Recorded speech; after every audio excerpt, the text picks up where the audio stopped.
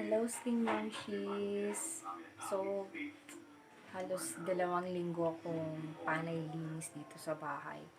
So, inayos ko yung kwarto namin dun sa kabila, sa higaan nila mama. Tapos, gumawa ko na hindi nagsasakyan ng salas. So, sa kakalinis ko, nakita ko yung mga lumang gamit ko na naman. Nakakatawang isipin kasi naitago ko pa pala mga cellphones, yung mga cellphone na high-tech. So, papakita ko sa inyo. So, dito ko siya nilagay. Yan. Ito yung iPad. Tapos, iPad. Yung remembrance ko nung nasa Malaysia ako. Anong klase ng ito? Touch. Tapos, ayan. Cherry Mobile. My phone. Ayan.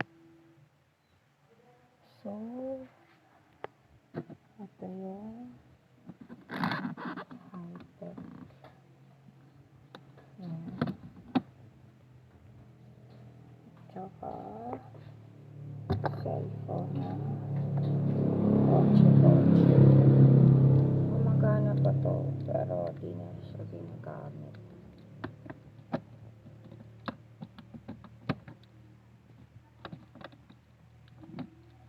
Ayan, tsura niya.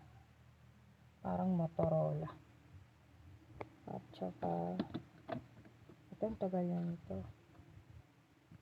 Wala, di na siya gumagana. Ayan. Sana natin. Diyan ko sila tinago.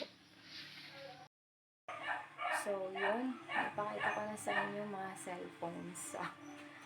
May isang touch. May mga touch pa akong phone na hindi ko na kasi pinakailaman ng anak ko.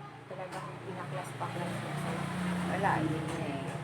Na medyo na lusaw na sa ilalim niya na parang may nagwo-wet yung sa ilalim sa battery yata yun.